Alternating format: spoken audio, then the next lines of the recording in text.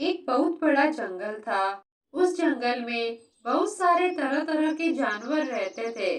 सभी जानवरों की आपस में बहुत अच्छे से बनती थी।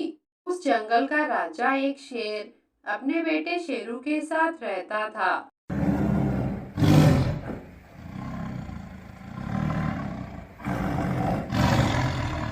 शेर बहुत दुष्ट था।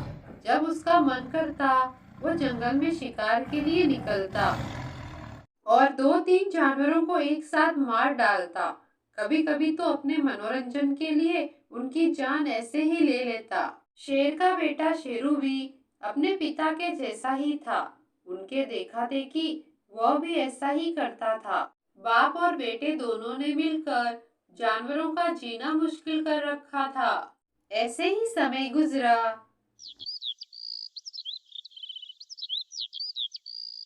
और शेर धीरे धीरे बूढ़ा होने लगा और उसका बेटा शेरू अब काफी बड़ा हो गया। एक दिन अचानक शेर की मौत हो गई। यह देखकर शेरू बहुत दुखी हुआ। शेरू अपने पिता से बहुत प्यार करता था। अब जंगल का राजा शेरू बन गया। शेरू भी अपने पिता के जैसा ही अत्याचारी था। अब इस जंगल का राजा मैं हूँ। इस जंगल पर अब मेरे नियम लागू होंगे। जैसा मैं कहूँगा वैसे ही तुम सबको करना होगा। शेरू की बातें सुनकर सभी जानवर घबरा गए। वे सोचने लगे अब पता नहीं कौन से नए नियम जंगल पर लागू होंगे। जानवर सोच ही रहे थे कि शेरू बोल पड़ा। कल से हर सुबह एक जानवर मेरे पास आएगा मेरा भोजन बनने के लिए, ताकि मुझे भोजन की तलाश में यहाँ से वहाँ भटकना ना पड़े। मैं तुम्हारा राजा हूँ और राजा के लिए इतना सा तो कर ही सकते हो। बाकी के नियम मैं बाद में बताऊंगा सोच विचार करके। इतना कहकर शेर वहां से चला गया। शेरू के इस नए नियम के बारे में सुनकर सभी जानवर परेशान थे, क्योंकि उन्हें पता था कभी ना कभी तो उनकी बारी भी जरूर आएगी। दोस्तों, ऐसे तो एक एक करके जंगल के सभी जानवर खत्म हो जाएंगे। अब जंगल का राजा ही जानवरों का शिकार करेगा तो कैसे चलेगा? अपनी समस्या भी राजा के पास ले जाने में डर लगता है। कहीं वो भूखा हो और उसने हमें मार दिया तो? अब रोज एक जानवर शेर की गुफा में उसका भोजन बनने के लिए चला जाता। एक दिन भटकते हुए जंगल में कहीं से दूसरा शेर आ जाता है। शेर देखता है कि जंगल के सभी जानवर डरे हुए रहते हैं, किसी से बात भी नहीं करते।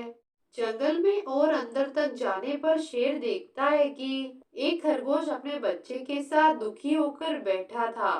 क्या बात है दोस्त, तुम इतने दुखी और परेशान क्यों हो? खरगोश जंगल की सारी स्थिति शेर को बताता है और यह भी कहता है कि कल जंगल के राजा का भोजन मैं बनूंगा। मुझे मेरी चिंता नहीं है कि आज मेरा आखिरी दिन है, लेकिन मेरे पीछे मेरे छोटे बच्चे का क्या होगा? ये कैसे जिएगा? यही परेशानी का कारण है। तुम्हारे जंगल का राजा इतना पत्थर दिल कैसे हो सकता है, जो अपने ही जानवरों को एक एक करके मार रहा है? तुम चिंता मत करो, मैं तुम्हें और तुम्हारे बच्चे को कुछ नहीं होने दूंगा। मैं इस जंगल की रक्षा करूंगा। अब शेर के पास एक भी जानवर नहीं आने लगा। 2 दिन तक शेर भूखा प्यासा गुफा में ही बैठा रहा। यह सब देखकर शेर को बहुत गुस्सा आया।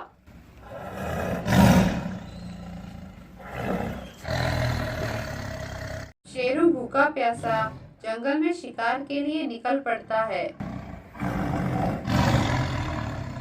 जो भी जानवर दिखता उसे मार गिराता। तभी वहां पर सफेद शेर आ जाता है। तो तुम हो इस जंगल का राजा, इन जानवरों को इस तरह क्यों परेशान कर रहे हो? तुम्हें पता भी है राजा का क्या काम होता है? अपनी प्रजा की रक्षा करना, लेकिन तुम तो खुद उन्हें मार रहे हो। ये मेरा जंगल है, यहाँ पर वही होगा जैसा मैं चाहूंगा। तू होता कौन है? मेरे ही जंगल में आकर जानवरों को मेरे ही खिलाफ भड़का रहा है। मैं उन्हें भड़का नहीं रहा हूँ, जानवरों की रक्षा कर रहा हूँ। सफेद शेर की बातें सुनकर शेरू को बहुत गुस्सा आता है।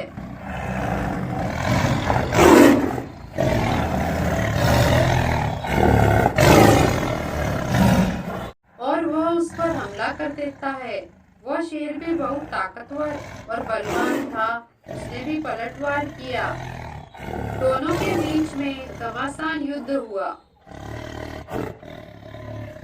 और फिर सफेद शेर ने शेरू को मार गिराया। जंगल के सभी जानवरों को जब ये बात पता चली तो वे बहुत खुश हुए। उन्होंने अपने जंगल का राजा सफेद शेर को बना दिया। एक अनाथ शेर को रहने के लिए जंगल और जानवरों को एक अच्छा राजा मिल गया। कहानी को लाइक, शेयर और सब्सक्राइब जरूर करें।